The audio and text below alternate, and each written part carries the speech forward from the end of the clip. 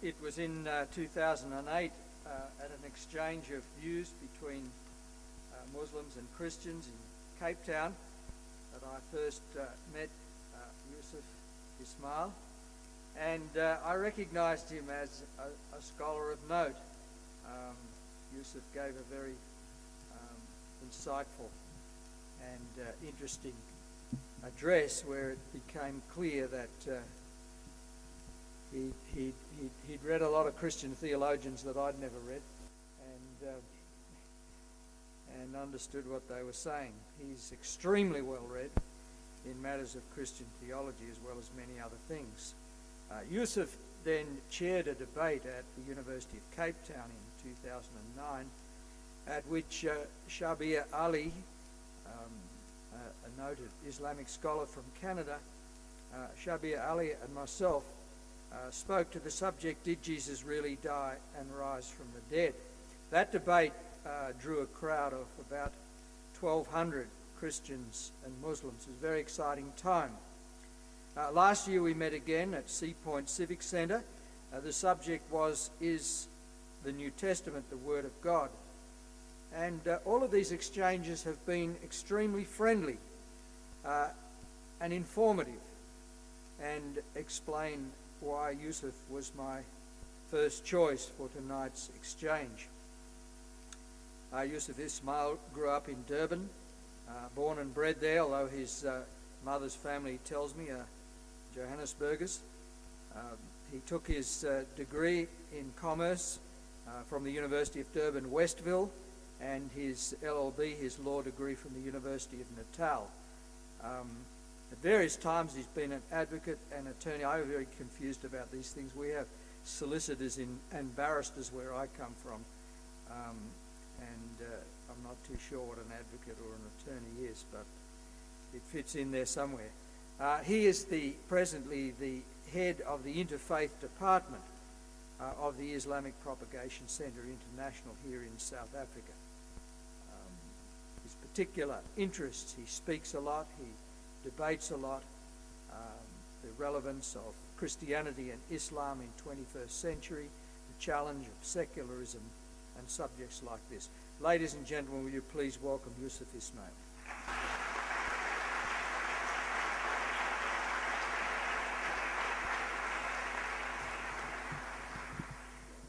Good evening. I greet you in the name of peace, as the prophets of old would say, Shalom Alaikum, or in Arabic, Assalamu Alaikum. It simply means, may the peace and blessings of God Almighty be upon all of you. It's quite interesting to note that just exactly 2 weeks ago, I happened to, I see my good colleague John, in fact, tells me he was in Birmingham, but I actually met his doctoral advisor from the University of Birmingham, Dr. Jabal M. Bouaben. Is that correct? Yes.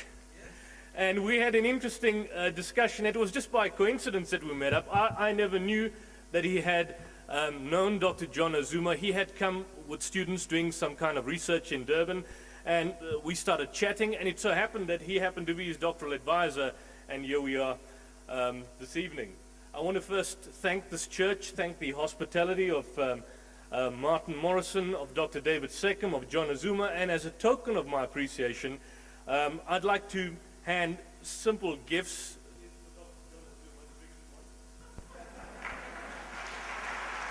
And then, of course, for Bishop Martin and, of course, for David Seccombe. Thank you. Okay, thank you. Now, I tend to get a bit long-winded, so if any of you are bored, just simply yawn and I will stop the discussion.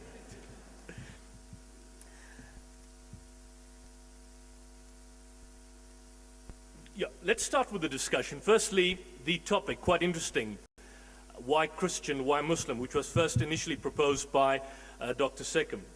To unpack this idea, and certainly we've advertised the same topic, and I put the primer on top of it called the politics of identity, because at the end of the day we are dealing with the issues of identity, where we stand. Now, I'm going to approach the subject not in the similar fashion that John did, but I'm going to take a different perspective entirely in terms of where I'll be engaging in a certain degree of analysis. I do understand that this is not a debate per se, so I'm not going to engage in any kind of deconstruction per se, as we've done in the past. I think at the outset, why Christian, why Muslim? It boils down to the issue of analyzing religion. And in a general sense, what we do understand is that religion per se can be defined as the belief and the worship of a god or gods, or a set of beliefs concerning the origins and the purpose of the universe. Now, in a sense, in many respects, it is regarded as consisting of a person's relationship to God, or to gods or the spirits. And of course, many religions would take the particular style, narrative, symbols, traditions, based on their specific idiosyncrasies. They tend to derive morality, ethics, law, or preferred lifestyle from the ideas of the cosmos. Therefore, you find all these categories of religions. Sometimes, of course, religion is used interchangeably with faith or belief system. But in many instances, it's more than just simply a private belief system, and has a public aspect. And so many religions have organized behaviors, congregations, and structures. Academics studying religion have defined it into three main categories. The world religions, which obviously refer to the transnational faiths, Judaism, Christianity, Hinduism, Buddhism, etc. Indigenous religions, which refer to smaller culture-specific religious movements, and of course new religious movements like the New Age movements, where people are upset with religious traditions and they're going the different route. So now you have Zen Buddhism, you have the philosophy of Deepak Chopra, you have all these different kinds of spirituality because organized religion, in a sense, has failed. And of course the development of religion has taken different forms in different cultures. Max Muller, the renowned scholar in the 19th century, stated that the word religion comes from the Latin word religio, originally referring to the reverence of the gods, or careful pondering of divine things. So at the outset, what I want to emphasize is this, that religion per se is an artificial construct. That terminology is something which is a modern phenomenon, and in fact, in past, what people would have called, what we call religion today, in the past they would have simply described it as a law or a lifestyle or way of being. Now, in the comparative study of religions, in order to make an informed decision, one finds that certain classifications are used.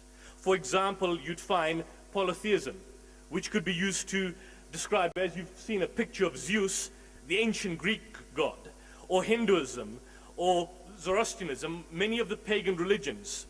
Then you find an idea called monotheism, which is strictly speaking Judaism, Christianity, and Islam. And of course, you have pantheism, in which the universe is identified with God. So the question is, we need to make an informed decision. In many respects, some would argue that Christianity would not strictly constitute monotheism per se, but that's another debate. We're at crossroads, faith and reason.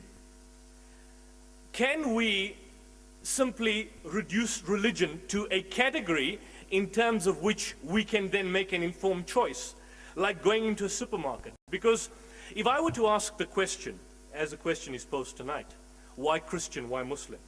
These questions raise a number of presuppositions.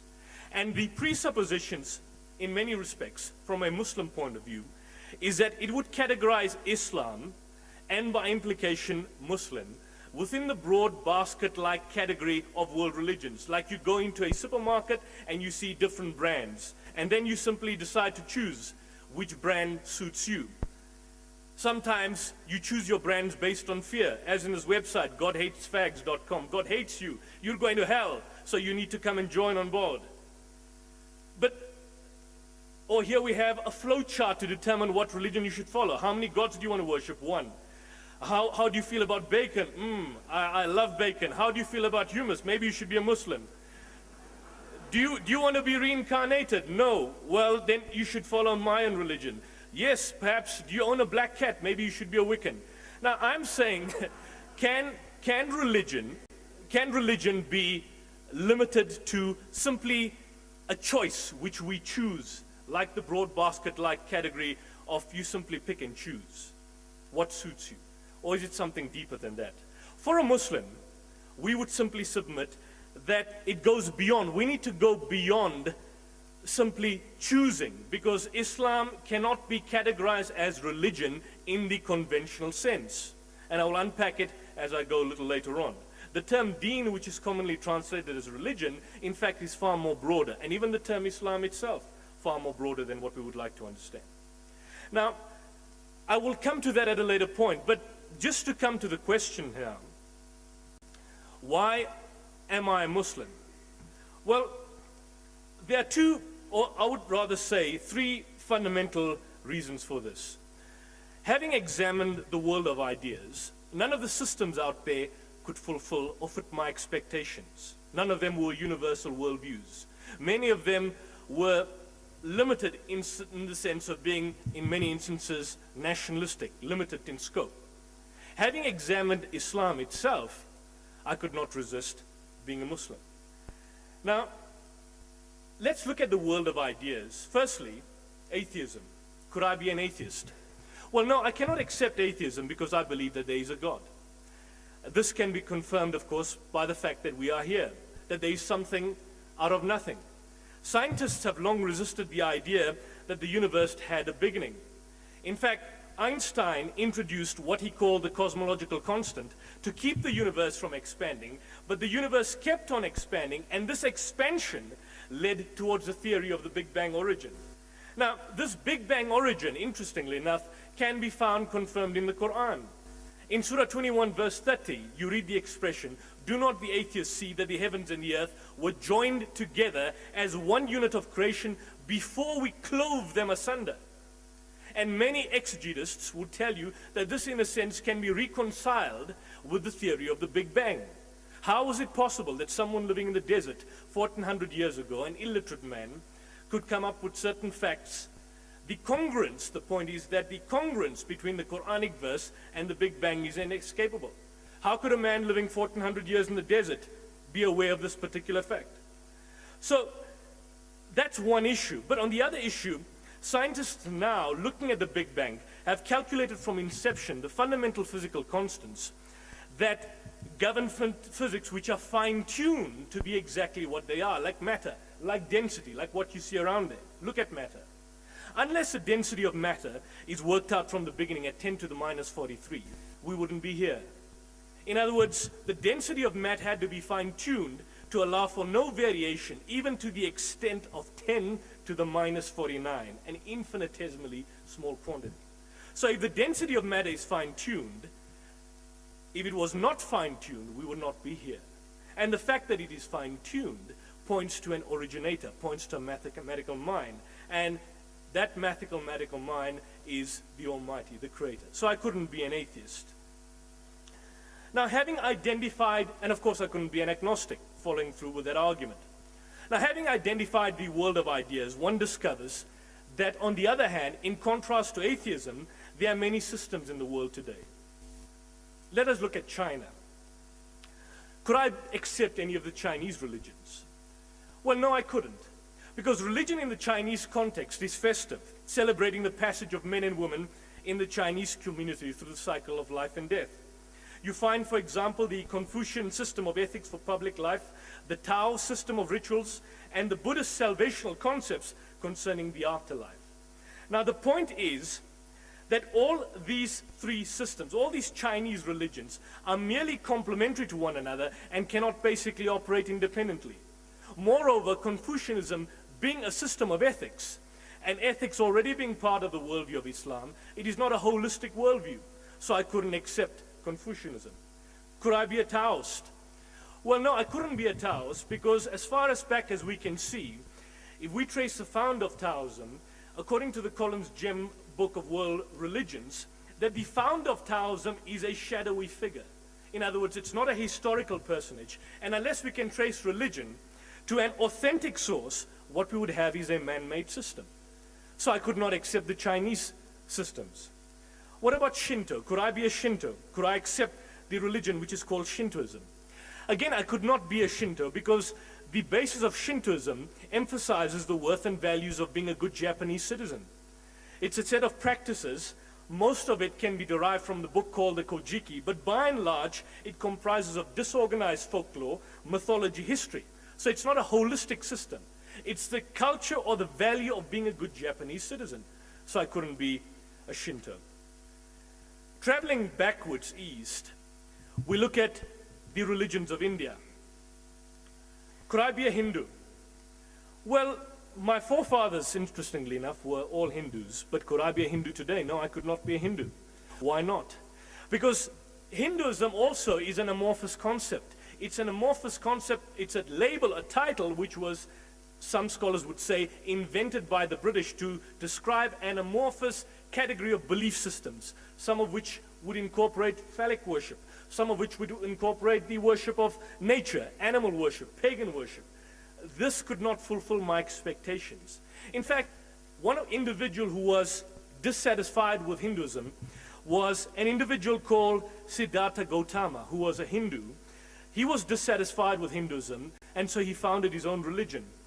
And in his own religion, he enumerated 4 noble truths and an 8-fold path to achieve these truths, that is to attain unification with the eternal consciousness, this Brahma. You immerse yourself with the Brahma. Now, when we analyze this, we also see that this is a Hindu concept. We need to ask ourselves, where is the evidence for the universal soul? If Hinduism cannot fulfill our expectations, then what makes Buddhism fulfill our expectations? We don't know. Sometimes people feel that they are so immersed with the divine consciousness that they sometimes can perform acrobatics. Maybe that's an example of the universal soul. I don't want to sound mockery here, but in many respects we find practices, cultures, in most instances, these are subjective experiences. And so, since these are subjective, they cannot be analyzed, they don't fulfill my expectation. This was another example, a subjective experience of Sacha Baron Cohen in a Pentecostal church in the United States. If you saw the movie Borat, you'd probably be familiar with what I'm talking about. Now, so I couldn't accept, so I'm a Muslim because I could not accept any of the Oriental religions. I'm a Muslim because I could not accept the religions of India. To find a faith which has some basis in revelation, we have to travel to the Middle East. And there we find Judaism, Christianity, and Islam. Well, could I be a Jew? Well, no, I could not be a Jew, because to be a Jew, one has to be born into the system. Judaism, you see, can refer to the religion or to the social and cultural identity. Insofar as Judaism refers to the social and cultural identity, I obviously cannot be a Jew. If it refers to the religion of Moses, then obviously it has a revelation which has as its basis as coming from God. The Qur'an states that Moses received revelation, that Moses was a prophet of God, that Moses received the same message, in essence, that was sent to all the prophets, and the Qur'an would describe it as the Torah. But the question is, do we have the Torah as was revealed to Moses? I don't think so. But if yes, of course, that would commend us to believe in it. But do we have that Torah? At the present point in time, I don't think we do have the original Torah. And this is not a subjective view, but Bible commentaries and scholars unabashedly state that the 5 books, the Pentateuch, were written several centuries after Moses, 600 years after him. Now, if that is the case, and there's good evidence to support that this is the case, then we no longer have the religion as was originally revealed to Moses. You'd find the Levitical laws. We have a religion known as Judaism, which owes its origins to the ideas of priests and scribes who wrote these books and these various laws, like the Levitical laws. Further on, one would find that Judaism is a label. Some scholar once gave the example. He said that the word Judaism was an unknown to Moses, but it comes from the word Judah, which in turn is a derivative of Yahuda. The story goes is that the children of Judah were sojourning, and they traveled from one land to the next, and until they settled in a place which was called Judea, and people on the outside stated that the religion followed by the children of Judah in Judea is Judaism. So can you see, it's a label. It's a label which was invented at a later time. It was not known to Moses. Further on, and I don't propose to go any further into this, but the oldest Hebrew manuscript, which is the Masoretic text, dates from the 10th century of the Common Era. That is about 1,000 years after Jesus and probably 4,000 to 5,000 years after Moses. So I could not be a Jew. Could I be a Christian?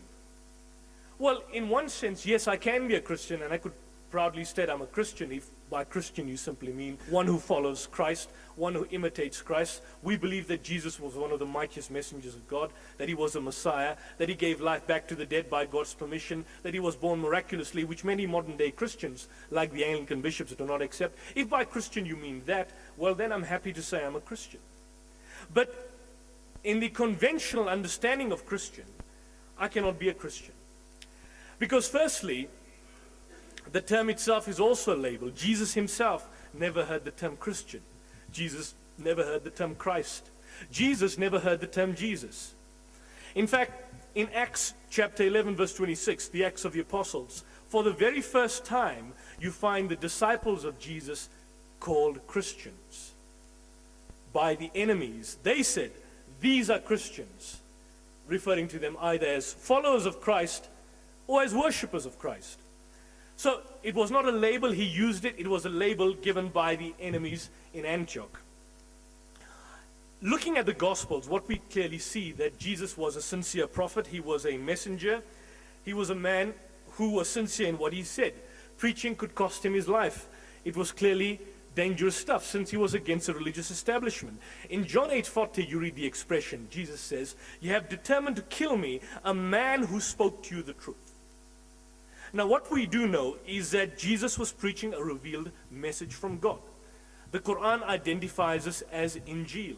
I see John in his discussion says that gospel was Jesus. And so he says the gospel according to Matthew, which would mean Jesus according to Matthew, Jesus according to Mark, Jesus according to Luke. Meaning Jesus, or the life of Jesus, as articulated by these particular gospel writers.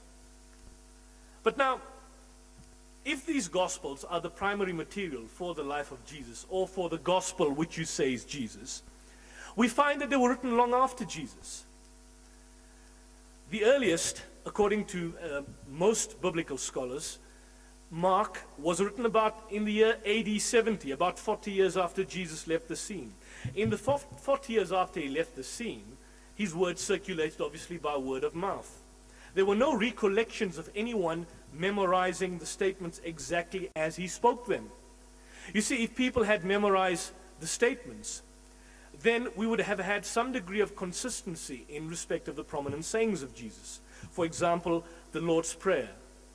The Lord's Prayer in Matthew and Luke, if you compare the two, you'd find significant variations between the two. I'm not saying that places an indictment on the Lord's Prayer or that makes the Lord's Prayer bad. I'm not saying that at all. But what I'm saying is that if anyone bothered to memorize just the single prayer, then throughout the world we would find a situation where people would be reciting the Lord's Prayer uniformly. But we find the significant variations from Matthew and Luke just on this particular prayer shows us that no one memorized his preaching, nor were his revelations properly recorded. The words which appear in the text cannot of certainty be said to him, and so what scholars would do is that through a process called textual criticism, they'd reconstruct the New Testament. And of course from that we would see that Jesus would be a wise man, a sage, a prophet of God. So in a sense, I could not be a Christian in the conventional sense, because Christianity as a religion survived as a religion about Jesus as opposed to one coming from Jesus. I don't purport to discuss the historicity of the Gospels, but by and large, most scholars in the broader category of mainstream biblical scholarship accept or concede the idea that the works are anonymous, sometimes pseudonymous writings by third or fourth generation writers.